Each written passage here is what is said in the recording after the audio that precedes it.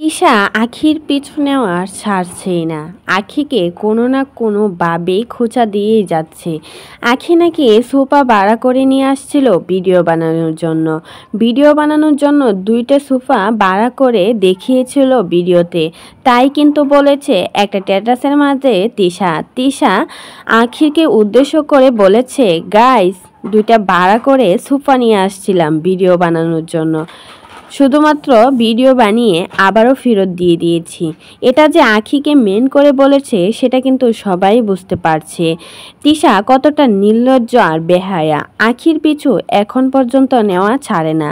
আখির নাম নিয়ে কথা না বললে ভিডিওতে ভিউজ হয় না। আখিকে খোঁচা না দিলে তিশার পেটের ভাত হজম হয় না।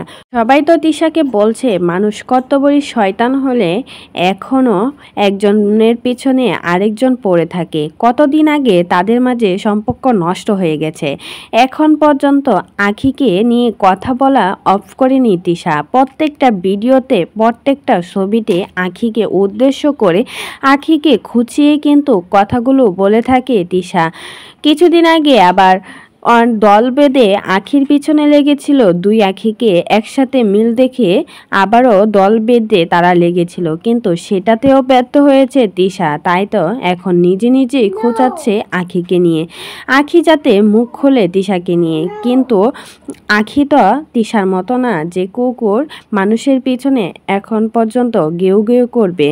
সবাই তো বলছে আখি যদি খারাপ হতো তাহলে সাথে সাথে তিশাকে পাল্টা জবাব দিয়ে দিত, কিন্তু আখি তিশার মতো মন মানসিকতা এতটা খারাপ না যে মানুষের পিছনে কুকুরের মতো পড়ে থাকবে। তিশার স্বভাব মানুষের পিছনে কুকুরের মতো পড়ে থাকা। তাই তো একের পর এক দল বেঁধে আখির পিছনে লেগেছে। আখির মিল সহ্য করতে পারছে না। আখি যে ইনকাম করছে সেটাও সহ্য করতে পারছে না, কারণ তাদের বাসায় থেকে তো আখি ইনকাম করত, তার কাছে সব টাকা যেত।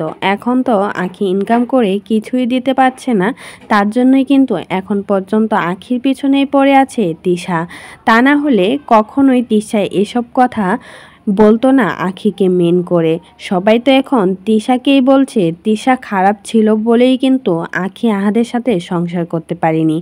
এখন আস্তে আস্তে তিশার আসল রূপটা সবার সামনে বেরিয়ে আসছে। তিশা একটা কথাই বলেছিল, আমি বরিশালের মাইয়া। বরিশালের মেয়েরা যে কতটা খারাপ তিশাকে দেখলেই বোঝা যায়। সব মেয়েরা খারাপ না, যাদের চরিত্র খারাপ তারা সবাই কিন্তু খারাপ থাকে। কি বলেন আপনারা?